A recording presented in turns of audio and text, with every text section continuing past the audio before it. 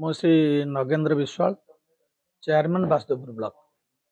ଆଜି ଗୋଟେ ଇସ୍ତଫା ପତ୍ର ଜିଲ୍ଲା ସଭାପତି ପ୍ରଦାନ କରିଛନ୍ତି।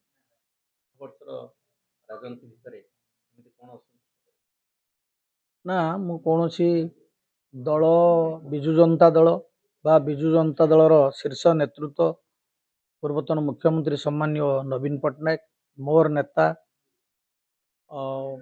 ବାସୁଦେବପୁରର ମୋର ଯିଏ ନେତା, ତାଙ୍କ ପ୍ରତି ବା ଦଳ ପ୍ରତି ମୋର କୌଣସି କ୍ଷୋଭ ନାହିଁ, ଅଭିମାନ ନାହିଁ ବା ଅଭିଯୋଗ ବି ନାହିଁ।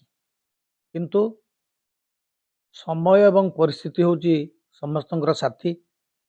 ସମୟ ପରିସ୍ଥିତି ଅନୁସାରେ ମଣିଷ ଗତି କରେ। ଆମେ ମୂଳରୁ ପଞ୍ଚାୟତର ରାଜନୀତି କରୁଛୁ, ସାଧାରଣ ଲୋକଙ୍କ ସହିତ ତୃଣମୂଳ ସ୍ତରର ଲୋକଙ୍କ ସହିତ ଦୈନନ୍ଦିନ ଜୀବନରେ ମିଶୁଛୁ।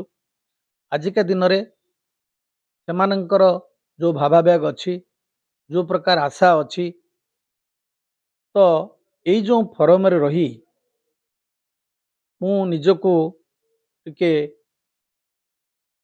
ନିରୁତ୍ସାହିତ ମନେ କଲି। ସେମାନଙ୍କର କାମ କରିବା ସହଜ ହେଉନି।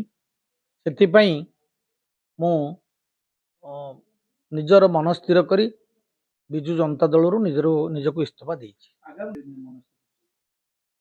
ଏପର୍ଯ୍ୟନ୍ତ ମୁଁ ସେ ବିଷୟରେ କୌଣସି ମନ ସ୍ଥିର କରିନାହିଁ।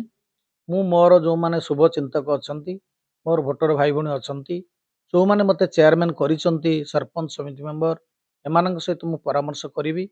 ଦରକାର ପଡ଼ିଲେ ମୋର ନେତୃବୃନ୍ଦଙ୍କ ସହିତ ପରାମର୍ଶ କରିବି।